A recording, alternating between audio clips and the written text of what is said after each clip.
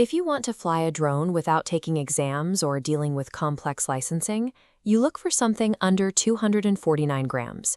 DJI just expanded this ultralight category with their new Lito series. You have two options. There is the highly capable base model, the Lito 1, and right next to it, sharing the exact same body, is the Lito X1, which starts around €579. The X1 costs significantly more than the base model, even though both fold up into your pocket and fly the same way out of the box. So you have to ask, is that price bump a cynical upsell aimed at beginners, or do you actually get better hardware for your money?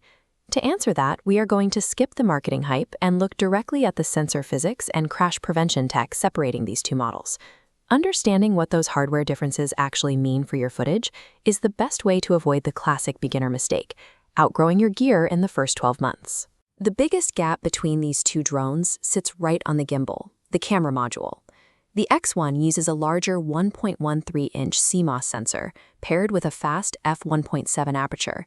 Because that sensor physically collects more light, you get usable footage in dim conditions, and a dynamic range the base Lito one simply cannot match. The X1 shoots 4K HDR using a 10-bit D-Log-M profile, capturing a vastly wider spectrum of color data than standard 8-bit. To see that depth, you must process the raw, flat log footage yourself in editing software. The standard Lito one bakes its colors in. If skies are blown out or shadows crushed, you have little room to rescue the image later. The larger sensor on the X1 also pulls 48-megapixel stills, creating true 8K photos. You can aggressively crop those shots for vertical social media formats, and they stay incredibly sharp. That camera module acts as an insurance policy. As editing skills improve, the X1 gives you the raw data needed to push creativity, rather than forcing you to buy a new drone. The second justification for the X1's higher price is its crash prevention hardware. Entry-level drones like the Lito 1 rely entirely on visual sensors. They essentially use standard cameras to see obstacles, which means they need good lighting and high contrast to work. The X1 replaces that basic system with omnidirectional detection and a forward-facing LiDAR sensor.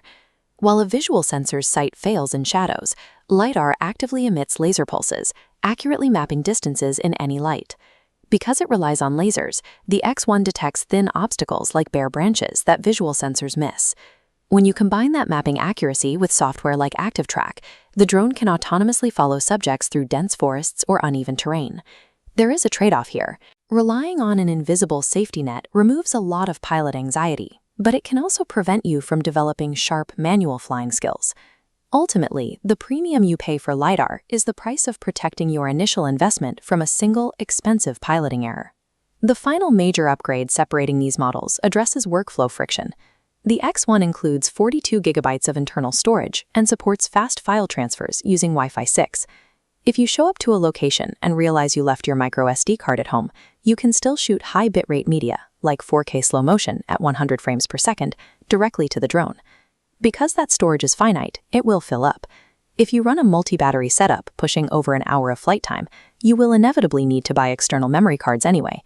It doesn't replace an SD card entirely, but that internal drive serves as a vital backup for spontaneous shoots. The real value of the Lito X1 lies in its ceiling for creative mastery, rather than top speed or basic flight performance. This flowchart breaks down exactly how to choose between the two models based on your personal goals. First, look at your workflow. If you want to shoot videos in auto mode and post them directly to social media straight from your phone without touching an editing timeline, then the massive data output of the X1 is wasted on you. The standard Lito 1 is your smartest, most cost-effective choice.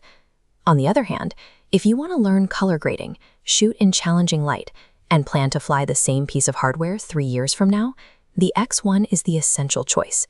That extra upfront cost buys you the professional margin of error in both physical collision safety and digital color grading, required to ensure you won't need to shop